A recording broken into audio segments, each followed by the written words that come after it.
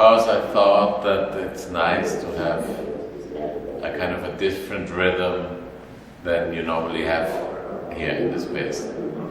So normally it's kind of these two spaces, which is one the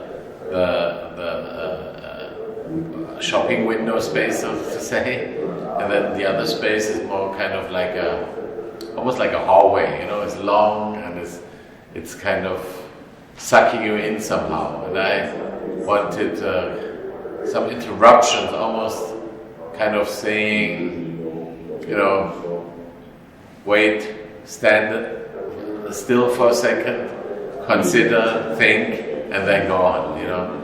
I didn't want it to be a highway. I wanted it to be more like mountain climbing.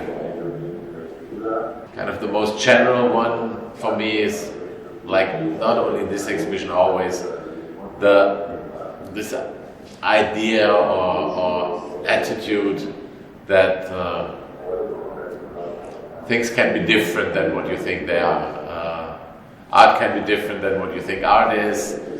Anything could be something else, and I think that's kind of something that's always in my work, not only here, but also here. And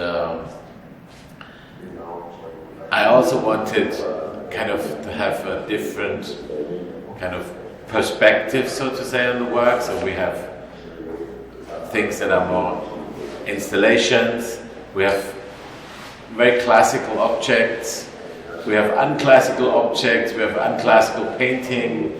I think it's an interesting mix and almost an interesting overview of possible approaches that exist in my work. For me, kind of is about, and I think what happens here in the exhibition a lot is this kind of dialectic between you know, something conceptual and something emotional. I think that's what the title means, is like a kind of very strong concept. You know, it doesn't make sense, you know, it doesn't come alive without something emotional or psychological, or I don't know. But one is more from that side and one is from the other side, but one alone cannot exist. So something that is very conceptual cannot exist with something emotional. And that's, I think, the kind of the dialectic between something like truth, where there's a concept, and I think love, of course, is also a concept, but it more comes from kind of an emotional point. Difference, I would say. I think making a difference is something that, at least how I explain the world to myself, you know, that something is this and something else is that. And it's not always clear why and how, but I think that's the most interesting thing that can happen, to make a difference, or to discover a difference, or to understand a difference, to appreciate a difference. I think that's something I'm very much behind.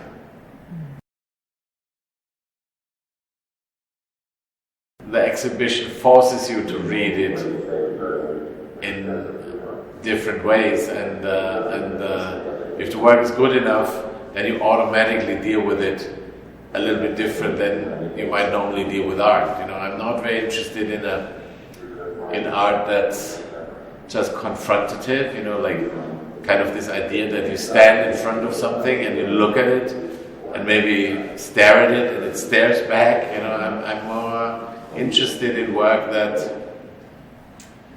you can have more around you, and I always have the fantasy that work should be something, of course, something special always, but also something normal in a way. You know, I would love people to, you know, just live with it, hang out with it, you know, and it's not only to look at, you know.